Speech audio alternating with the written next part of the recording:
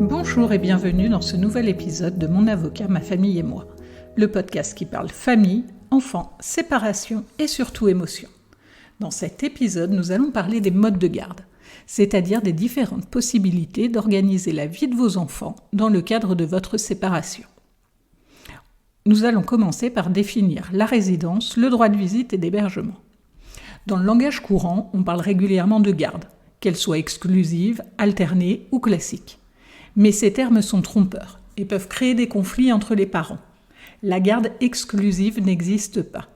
La résidence des enfants, en cas de rupture, peut être fixée chez l'un des parents, ce que l'on appelle à tort la garde exclusive, ou en alternance au domicile de chacun des parents, ce que l'on appelle la garde alternée. Quand la résidence est fixée chez l'un des parents, l'autre bénéficie d'un droit de visite et d'hébergement des enfants. Cela peut être un droit de visite classique, un week-end sur 2 et la moitié des vacances, ou un droit de visite élargi, c'est-à-dire plus d'un week-end sur 2 et la moitié des vacances. Ça peut être le mercredi ou toute autre modalité choisie par les parents ou définie par le juge. Le terme de garde exclusive est à mon sens néfaste, car il laisse penser que seul le parent qui a la garde est décisionnaire, et il implique une sorte d'exclusion de l'autre parent, ce qui n'est pas la réalité juridique.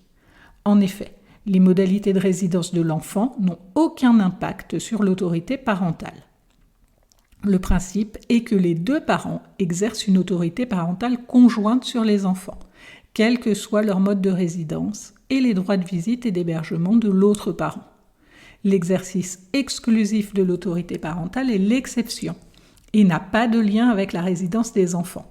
Cet exercice exclusif est accordé à l'un des parents lorsque l'autre parent n'est pas en mesure de prendre les décisions dans l'intérêt des enfants, soit par désintérêt, absence ou incapacité à s'extraire du conflit et à agir dans l'intérêt des enfants.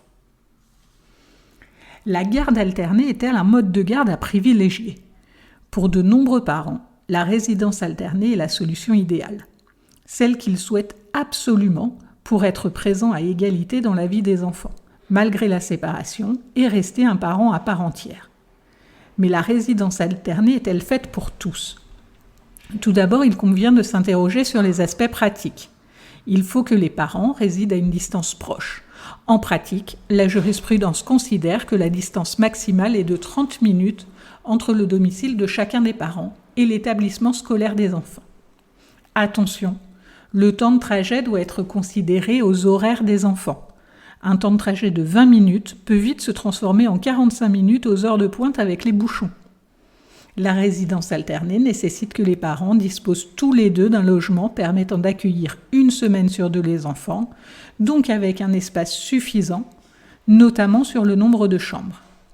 Il est indispensable que chacun des parents dispose d'horaires compatibles ou de solutions de garde pérennes pour le périscolaire notamment.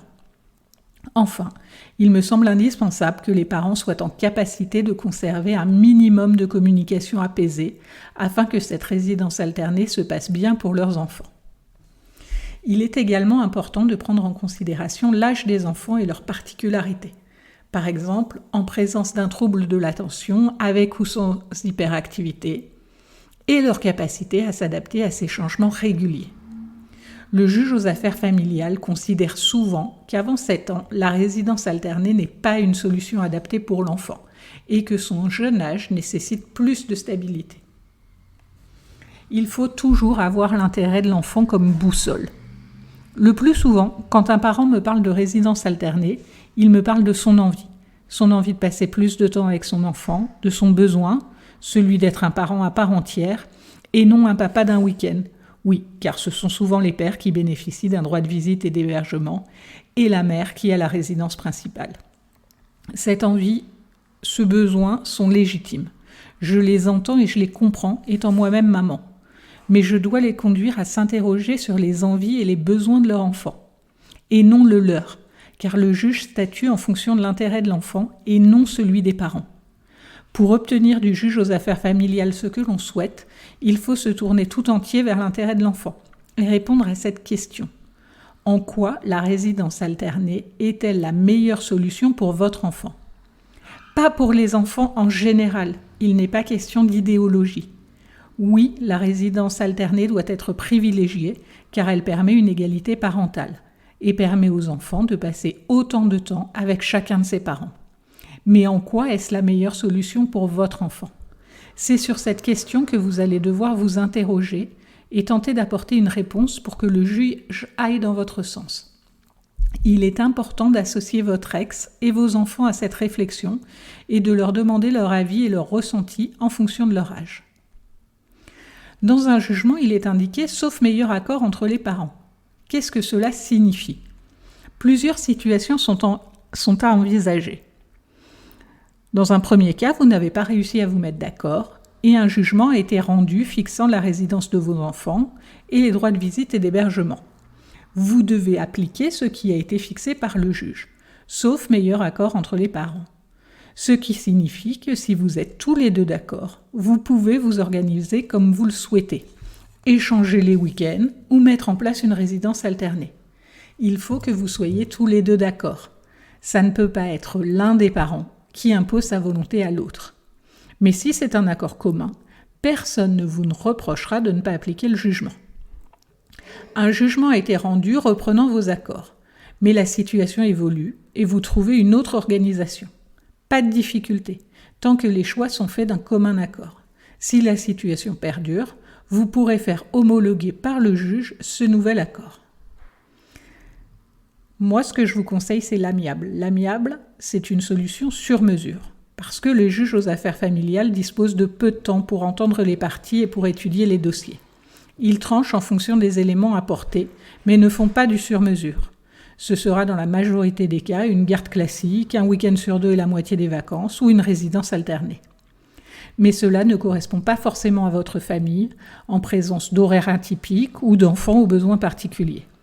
Dans un cadre amiable, il est possible de créer la solution qui est parfaitement adaptée à votre famille et à vos enfants, car les parents sont les mieux placés pour savoir ce dont leurs enfants ont besoin. L'amiable permet d'être créatif et de trouver des solutions pérennes dans le temps, car elles ont été discutées et pensées ensemble, en tenant compte des besoins de chacun. Il est ensuite possible de faire homologuer l'accord afin qu'il ait la même valeur qu'un jugement.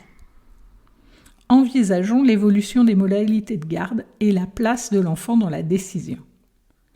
Les modalités de garde fixées à un moment ne sont pas forcément définitives. Vos enfants vont grandir, vous allez probablement refaire votre vie et les aléas de la vie peuvent conduire à modifier ce qui a été initialement fixé. La première démarche est de tenter d'en parler ensemble ou avec l'aide d'un professionnel, qu'il soit avocat ou médiateur, afin de trouver une solution satisfaisante pour chacun. Si une décision a déjà été rendue, le recours à la tentative de médiation est obligatoire à Nantes et dans plusieurs autres juridictions pilotes avant de ressaisir le juge. Cette tentative de médiation ne sera pas nécessaire en présence de violences conjugales, anciennes ou actuelles, ou d'une distance géographique de plus de 100 km. Bien entendu, elle n'est pas requise si vous souhaitez faire homologuer un accord. Le but de cette obligation est d'amener les parents à discuter pour trouver des solutions sans recourir au juge.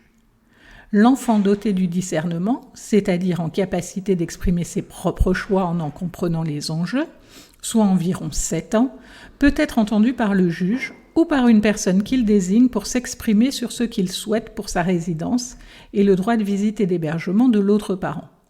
Pour autant, l'enfant n'est jamais décisionnaire.